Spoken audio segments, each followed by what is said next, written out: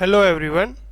आज हम class 11th का फर्स्ट चैप्टर जो है some basic concept of chemistry, जिसे मोल कॉन्सेप्ट के नाम से भी जाना जाता है, तो वो चैप्टर स्टार्ट करने वाले हैं। और जैसा कि इस चैप्टर में काफ़ी ज़्यादातर न्यूमेरिकल ही होते हैं, तो हम ये टेक्निक देखेंगे कि कैसे हम न्यूमेरिकल को सॉल्व कर पाएँ, जिससे जो नीट और जेई में आने वाले क्वेश्चंस हैं उनको कैसे हैंडल किया जाएगा, ये मेन चीज़ सीखेंगे।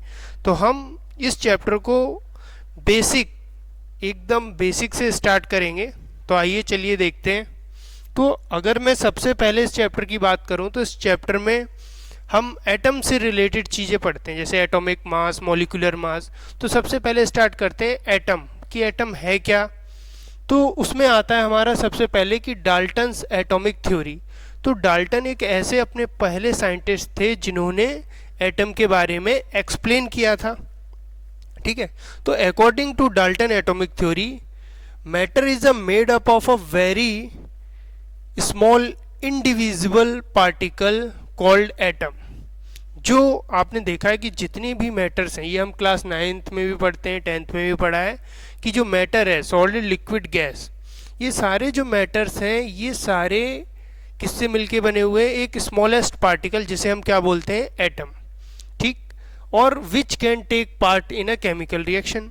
तो जब भी हम केमिस्ट्री में कोई नया सब्सटेंस बनाते हैं या नया कंपाउंड्स बनाते हैं, तो हम देखते हैं कि जो नया कंपाउंड्स बनता है तो उसमें एटम ही पार्टिसिपेट करता है रिएक्शन में, क्योंकि दो रिएक्टेंट होंगे और एक नया प्रोडक्ट बनेगा। तो जब नया प्रोडक्ट बनेगा तो उसमें किसी ना किसी एटम के मॉलिक्यूल के बीच में क्या होगी? रिएक्शन होगी। तो रिएक्शन से जो प्रोडक्ट बनता है उसमें एटम ही केमिकल रिएक्शन में पार्टिसिपेट करते हैं। ठीक है, लेकिन यहाँ पे ये जो थ्योरी जब डाल्टन ने दी थी तो उन्होंने क्या बोला कि इनडिविजिबल, एटम आर इनडिविजिबल।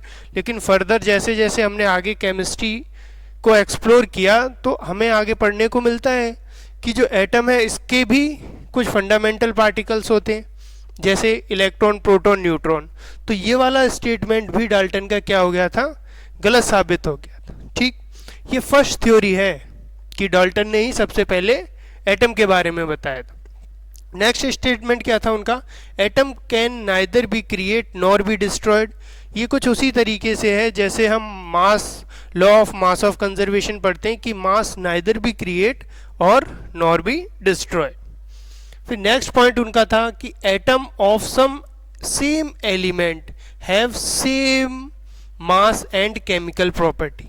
तो डाल्टन ने बोला कि जैसे मान के चलो कार्बन है आपका, तो कार्बन से मिलके जितने कंपाउंड्स बनेंगे या कार्बन जैसे और भी जो एलिमेंट्स हैं, जैसे कि आप क्लास 10th में पढ़ते हो, ग्रेफाइट हो गया, डायमंड हो गया, फुलरीन हो गया, तो इन सब की केमिकल प्रॉपर्टीज़ और मास क्या रहने वाले हैं? Same.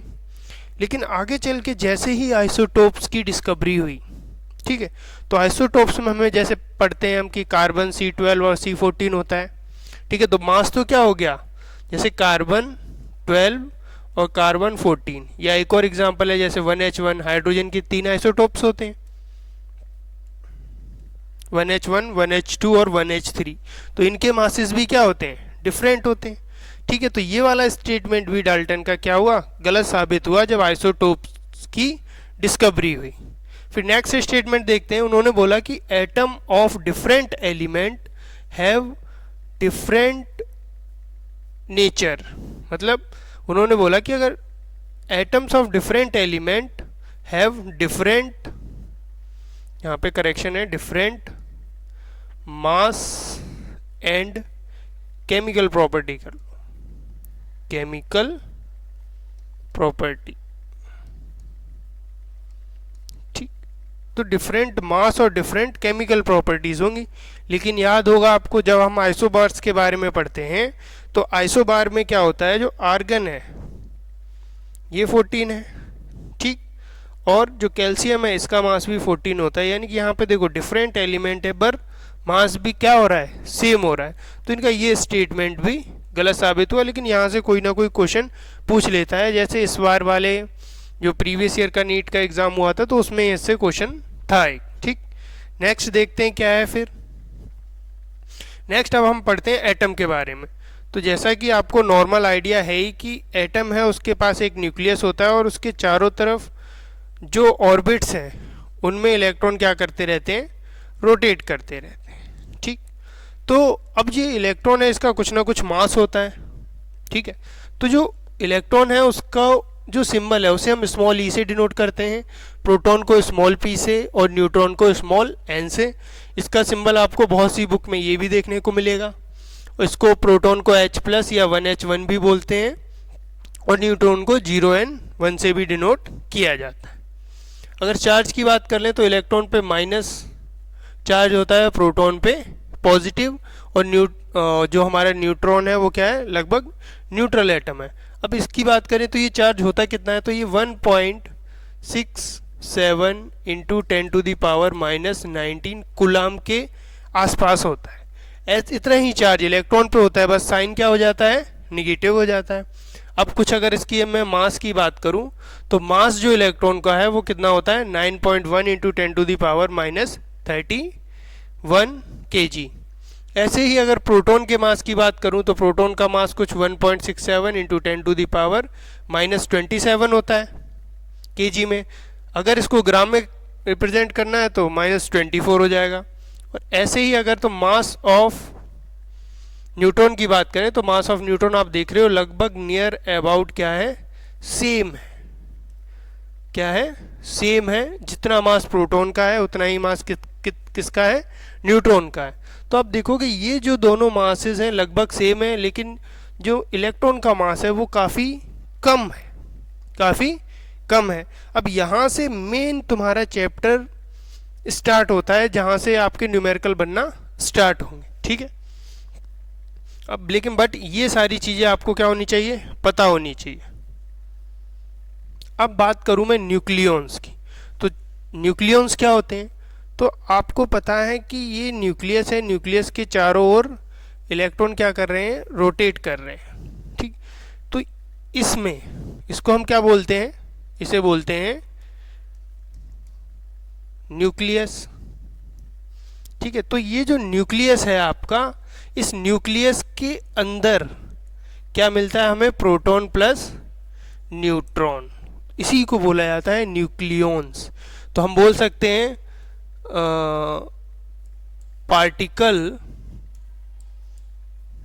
Particles present in the nucleus called nucleons. ठीक है, यानी कि अगर बात करें हम टोटल नंबर ऑफ न्यूक्लियॉन्स की तो क्या हो जाएगा, total number of proton plus total number of neutron. यानी कि सिंपल हम बोल सकते हैं प्रोटॉन प्लस न्यूट्रॉन को ही नंबर ऑफ न्यूक्लियॉन्स बोला जाता है। ठीक, तो ये यहाँ तक हो गया आपका अभी तक बेसिक इन्फॉर्मेशन। अब वो चीज़ देखेंगे कि कैसे न्यूमेरिकल अटेम्प्ट किए जाएंगे। तो हम बात कर लेते हैं एएमयू की और यू की। तो यू क्या है और एएमयू क्या है, तो एएमयू की फुल फॉर्म हो गई एटॉमिक मास यूनिट और यू की यूनिफाइड मास यूनिट। ठीक है, तो अगर बेसिक डेफिनेशन की, वन लाइन डेफिनेशन की मैं बात करूं तो क्या हो जाएगा, it is a unit to measure mass of atom. तो देखो एटम क्या है, जैसे हमने पढ़ा matter is made up of a very small particle is called atom. तो जो एटम है वो काफ़ी छोटा है, तो उसे हम केजी या ग्राम में रिप्रेजेंट कर सकते हैं, लेकिन वो क्या होगा, काफ़ी कम है। तो जब वो मास इतना कम है तो बार बार, जैसे कि अभी आपने देखा, ये बार बार हमें इस तरीके से लिखने में क्या होगा, काफ़ी प्रॉब्लम होगी। तो हम क्या कर रहे हैं, उसको एक नई यूनिट बनाई, एएमयू बोलते हैं जिसे हम। तो हम एएमयू में उसको मेजर करेंगे। तो देखते हैं 1 एएमयू किसके बराबर होगा, 1 एएमयू। तो जैसा कि आपने अभी देखा यहाँ पे कि जो इलेक्ट्रॉन का मास है वो काफ़ी कम है, किससे, प्रोटॉन और न्यूट्रॉन के मास से। ठीक है, तो हम अगर जैसे मान के चलो ये 0.1 है, ठीक, अगर हम 0.1 में क्या करें 0.0001 ऐड कर दें तो ये नियर अबाउट किसके बराबर होगा, इसी के बराबर होगा। तो ऐसे ही यहाँ 10 टू दी पावर -7 है और यहाँ पे 10 टू दी पावर यहाँ पे 10 टू दी पावर -27 है, यहाँ पे 10 टू दी पावर -31 है। तो जब आप इसमें ऐड करोगे तब भी तो मास लगभग इतना ही रहेगा, ठीक है। तो इसीलिए हम क्या करते हैं, इलेक्ट्रॉन के मास को नेग्लेक्ट कर देते हैं। तो एक्चुअली जब एटम के मास को हमें रिप्रेजेंट करना है तो ये क्या है, मास ऑफ एटम। एएमयू एक यूनिट है जो एटम के मास को रिप्रेजेंट करती है। और आपको पता ही है एटम में एक अंदर प्रोटॉन प्लस न्यूट्रॉन होते हैं न्यूक्लियस में, जिसे हम न्यूक्लियॉन्स बोलें, और इलेक्ट्रॉन क्या कर रहे हैं, बाहर रोटेट कर रहे हैं। और इनका मास ऑफ इलेक्ट्रॉन काफ़ी कम है as compare to mass of proton and mass of neutron. तो हम क्या करते हैं, मास ऑफ इलेक्ट्रॉन को नेग्लेक्ट करके चलते हैं। क्या चलते हैं, नेग्लेक्ट करके चलते हैं मास ऑफ इलेक्ट्रॉन को। तो एक्चुअल में देखो, अगर हम इसका मास, इलेक्ट्रॉन का मास नेग्लेक्ट कर दें तो जो न्यूक्लियस में जितना मास है, जितने मास है वो किसका मास हो जाएगा, न्यूक्लियस का मास हो जाएगा। तो एक्चुअल में न्यूक्लियस में क्या है, प्रोटॉन प्लस न्यूट्रॉन है ओनली। तो हम इसी के मास को एटम का मास मान के चलते हैं। तो 1 AMU आप बताओ किसके बराबर होना चाहिए। जैसे अगर मैं बात करूं, ये हमारे पास हीलियम का एटम है और आप जानते हो हीलियम का मास कितना होता है, 4 होता है। और 4 होता है तो हम क्या बोलते हैं इसमें कि 2 प्रोटॉन हैं और 2 न्यूट्रॉन हैं। तो एक्चुअल में न्यूक्लियस में जो प्रेजेंट है प्रोटॉन प्लस न्यूट्रॉन, उसी के मास को हम क्या बोल देते हैं, मास नंबर, ठीक है। क्योंकि हम इस तरीके से पढ़ते हैं 2He4। तो ये हो गया तुम्हारा एटॉमिक नंबर, बोलते हैं इसको एटॉमिक नंबर, और इसको क्या बोलते हैं, मास नंबर, ठीक, मास नंबर बोलते हैं। तो एक्चुअल में वो मास नंबर क्या है, नंबर ऑफ न्यूक्लियॉन्स ही तो है। तो जो आप बोल देते हो कि इसका मास 4 है, तो ये आप मास नंबर बताते हो। अगर आप इसके आगे क्या लगा दो 4 AMU, तो ये क्या हो गया, एटॉमिक मास, ठीक। अब देखो, तो अब मैं क्या बोल रहा हूं कि जो एक्चुअल में मास लिया गया है वो किसका लिया गया है, न्यूक्लियस का मास लिया गया है, और उसी को एटम का मास मान लिया गया है। एक्चुअल में तो अगर आप ऐड भी कर दोगे तब भी वो कितना रहेगा, उतना ही रहेगा। इलेक्ट्रॉन का मास प्रोटॉन प्लस न्यूट्रॉन के मास को ऐड कर दोगे तो वो तीनों का मास एक्चुअल में किसका मास हो जाएगा, एटम का मास हो जाएगा। लेकिन जो ये एटम का मास होगा वो फिर भी उतने के बराबर ही होगा, प्रोटॉन प्लस न्यूट्रॉन के बराबर। तो इसलिए हम नेग्लेक्ट कर रहे हैं क्योंकि उससे ज़्यादा फर्क नहीं पड़ रहा है। तो अब हमें ये तो पता लग गया कि जो मास है किसी भी एटम का वो एक्चुअल में प्रोटॉन प्लस न्यूट्रॉन का मास है, उसी को हम एटम का मास बोल देते हैं। तो ये जो 1 AMU है, क्या मैं ये बोल सकता हूँ ये किसके बराबर होगा, मास ऑफ वन प्रोटॉन के। या ये भी बोल सकता हूँ कि 1 AMU है वो किसके बराबर होगा, मास ऑफ 1 न्यूट्रॉन के। मैं ये भी बोल सकता हूँ जो 1 AMU है वो किसके बराबर होगा, मास ऑफ 1 न्यूक्लियॉन्स के, ये भी बोल सकता हूँ। और जो 1 AMU है ये 1/Na ग्राम, ये अभी आगे चल के आएगा, एवोगाद्रो नंबर बोलते हैं, उसके बराबर भी होता है। अब देख लेते हैं एक बार कैसे। जैसे मान के चलो ये हमारा हीलियम है, इसको हम इस तरीके से रिप्रेजेंट करते हैं, इसको क्या बोल देते हैं, मास नंबर, और इसको क्या बोलते हैं, एटॉमिक नंबर, ठीक है। अब इसका जो न्यूक्लियस होगा उसमें 2 प्रोटॉन और 2 क्या है, न्यूट्रॉन है। एक्चुअल में हम इसका जो मास पढ़ते हैं मास नंबर 4 है। अगर इसके आगे हमने क्या लगा दिया, AMU, तो हम इसको क्या बोल देते थे, ये इसका एटॉमिक मास है, ठीक। अगर ये इसका एटॉमिक मास है तो एक्चुअल में 2 प्रोटॉन और जो मास हुआ हीलियम एटम का वो एक्चुअल में प्रोटॉन प्लस न्यूट्रॉन का ही मास है। इलेक्ट्रॉन के मास को हमने नेग्लेक्ट कर दिया है। तो प्रोटॉन, एक प्रोटॉन का मास कितना होता है, 1.67 into 10 to the power -27 kg, ये एक प्रोटॉन का हो गया। प्लस फिर से एक प्रोटॉन है 1.67 into 10 to the power 27 kg। ये तो हो गया प्रोटॉन का। अब दो न्यूट्रॉन है तो न्यूट्रॉन का भी कुछ इस तरीके से हो जाएगा 10 to the power minus 27 kg। ऐसे ही एक और न्यूट्रॉन है तो 1.67 into 10 to the power minus 27 kg।